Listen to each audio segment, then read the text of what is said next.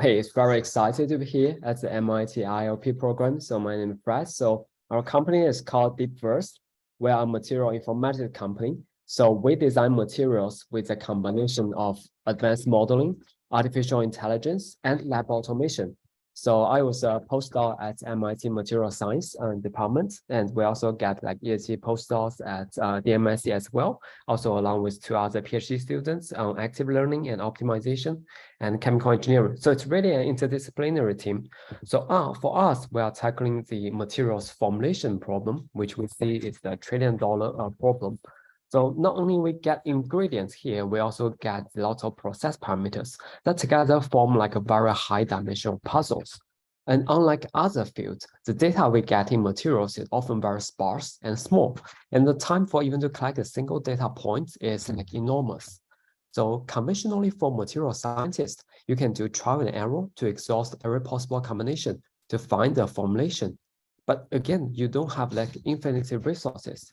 Or you can go and ask an expert based on his prior knowledge, but humans may make mistakes or leave or retire. And now people also tend to like design of experiments or DOE softwares. But again, that requires lots of like experiments and statistical knowledge. So for us, it's really to combine the virtual simulations and the real experiments that we call the bits and atoms.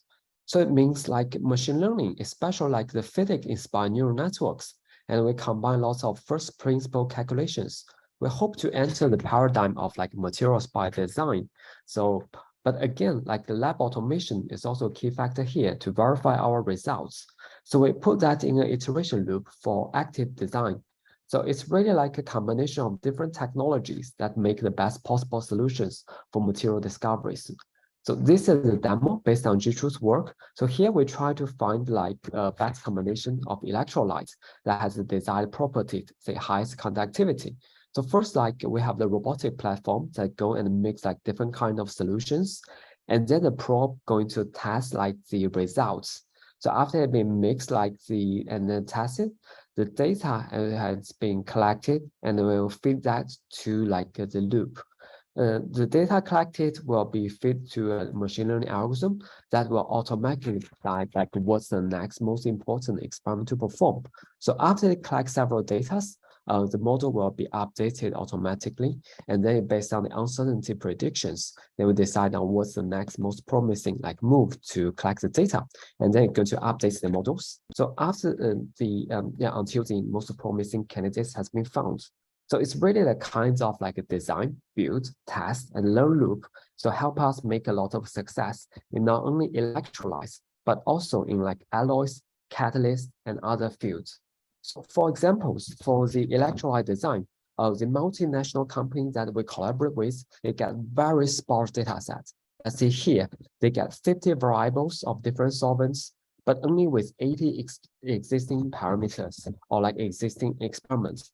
So within machine learning, and we need to guide them to perform the next experiment within 25 new trials, we successfully managed to find the optimum formula that saves them nearly 1/5 of the cost, but also increase on the performance.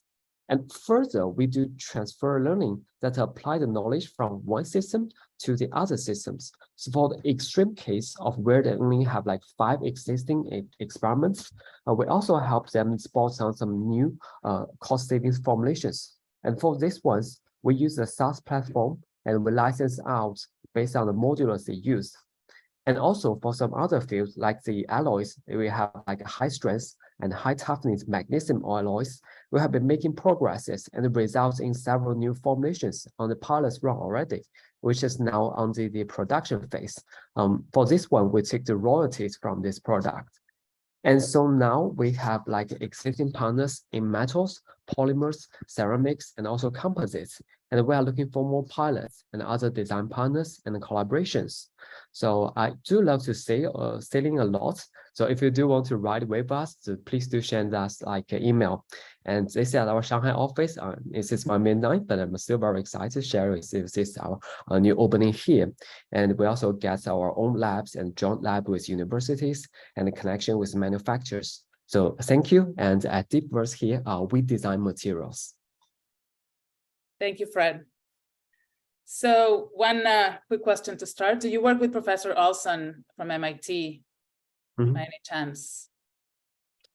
Yes, so HE is working with like a professor like Elsa Oliviers before. Yeah, I work with like a professor like Rafa Gamzi.